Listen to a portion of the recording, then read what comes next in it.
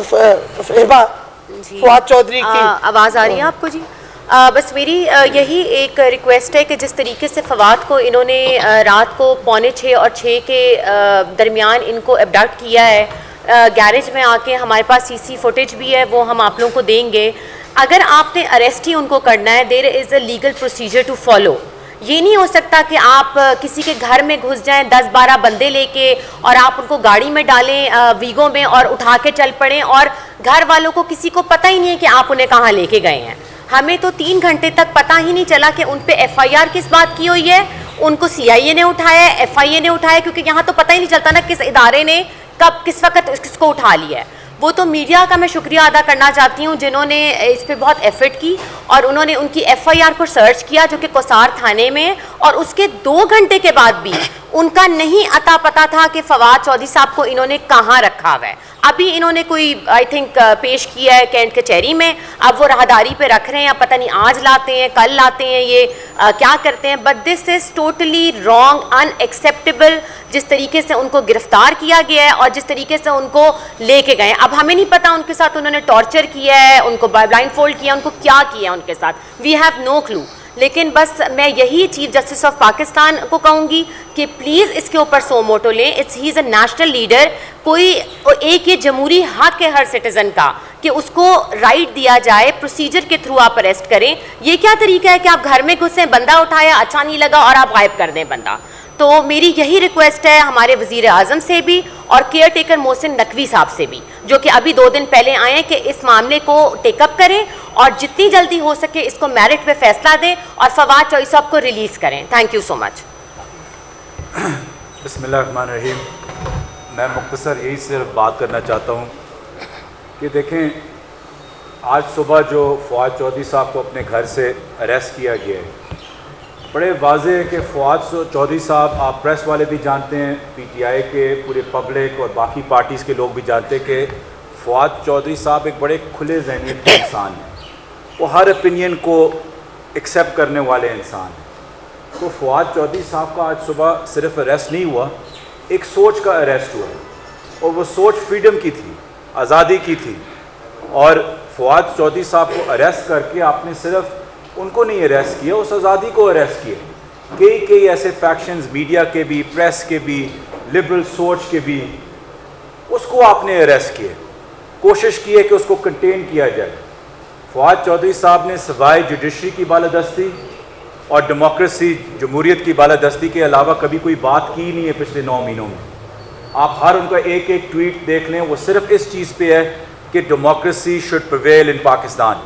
ایک ہی بات وہ بار بار کرتے تھے، اور جب آواز اٹھاتے تھے اسی چیز کے خلاف جہاں جمہوریت اٹیک ہو رہی ہوتی ہے.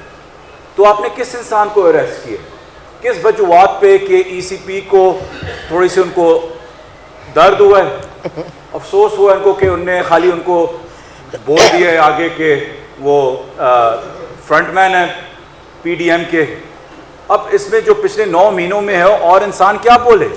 اگر اتنا بھی بولنے کا حق نہیں ہے تو پھر ہم چپ ہو کے کیا ہر جو آئے ایکسیپٹ کر لیں؟ ہم اور آپ، اس میں کوئی چھپی ہوئی بات نہیں ہے کہ ہم سب جانتے ہیں کہ کیئر ٹیکر گورنمنٹس کیسے سلیکٹ پہلے بھی ہوتی آئی ہیں اور اب بھی کیسے ہوتی ہیں. سب جانتے ہیں کس کا سب سے بڑا سٹیک ہوتا ہے اس میں. لیکن جب بھی وہ سلیکشن ہوئی ہے اس میں پھر بھی کوئی نہ کوئی کسی قسم کی فیئرنیس رہتی ہے کہ بندہ اتنا کنٹروورشل نہ ہو. ہم نہیں کہہ رہے کہ ہمارے سائڈ کا کوئی آپ لگا دیتے، لیکن پورا ایک زداری کے ایک منہ بولے بیٹے کو لگانا، یہ کس قسم کی ڈیموکریسی ہے؟ آپ نے دنیا کو کیا دکھایا ہے؟ ایک چند ہفتوں پہلے جا کے وہ عمرہ کر رہے ہیں اسی انٹراج میں. یہ کس قسم کا فیئرنیس ہے؟ اور یہ پتہ ہوتے ہوئے بھی ای سی پی چپ ہے. اب محسن نقوی صاحب کو اتنی تکلیف ہوئی ہے کہ ہر بندہ اٹھ پڑھ کے بولا ہے کہ جی یہ ایک باعث اور زداری کے گود میں بیٹھنے والا بچہ ہے.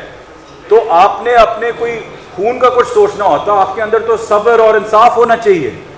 لیکن افسوس اس میں بھی پیسے اور اقتدار کی ہوس میں ملاوٹ آ گئی ہے. تو خدا را کچھ سوچیں کہ پاکستان کو آپ کو کس طرف لے کے جانا ہے.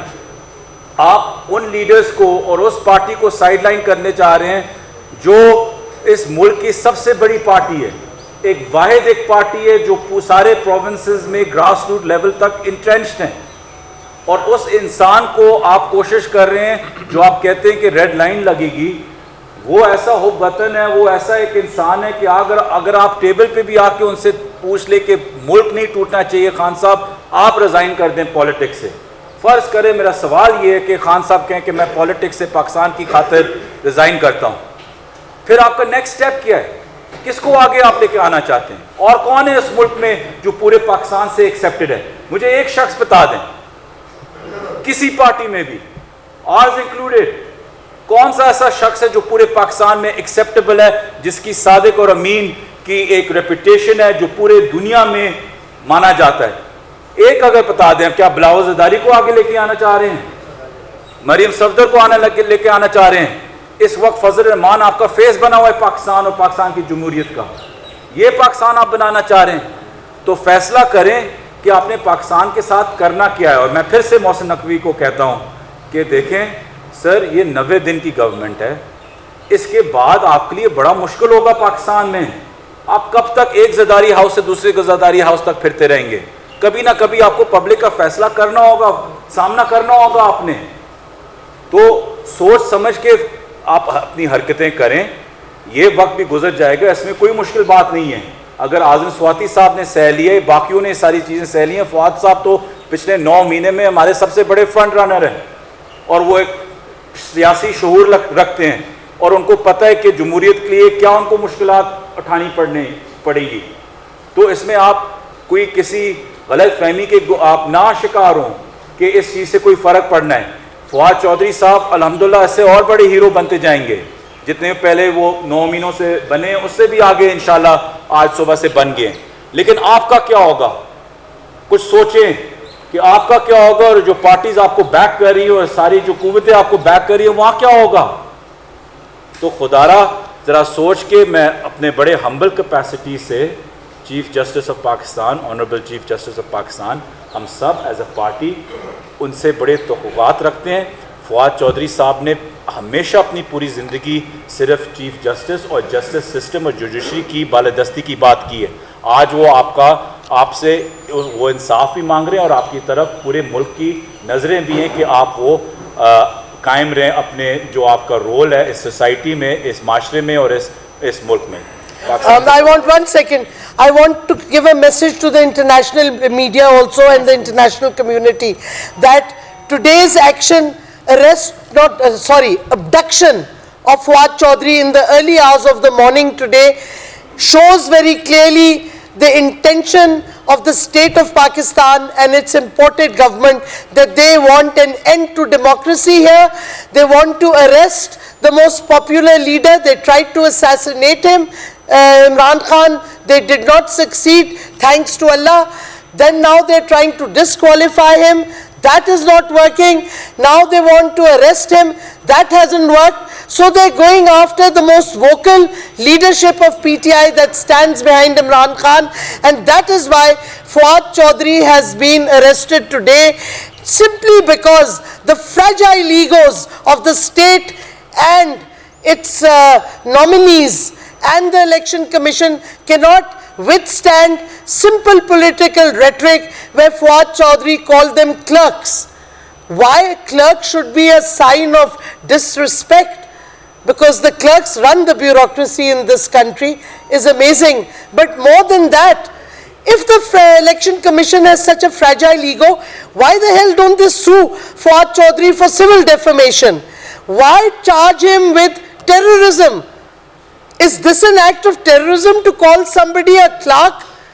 Is this an act of terrorism to question the credibility of the election commission? And the election commission and this government is now using fascist tactics. They have not only just abducted Fuad Chaudhry, they have now abducted his brother also from Jhelum. And it's a human right violation. And they're going against all human rights, yes, even at the very basic level. Democracy doesn't exist. Today there is fear in this country, there is a sham democracy, and there is total fascism, which is why we are calling on the Chief Justice of Pakistan, our honorable and respectful Chief Justice of Pakistan, it is about time that he take notice of the continuing and growing violations of the law and the constitution in this country, and they should have the courage to stand up and end this abuse of the law and the constitution of this country. And I am also calling on the President of Pakistan that he is the President and it is his responsibility to ensure the safety and security of all citizens and to ensure that rule of law and the constitution are not violated by anyone. No one should be regarded as above the law. Not those in uniform, not those wearing civil clothes, but being basically puppets to fascism. Thank you.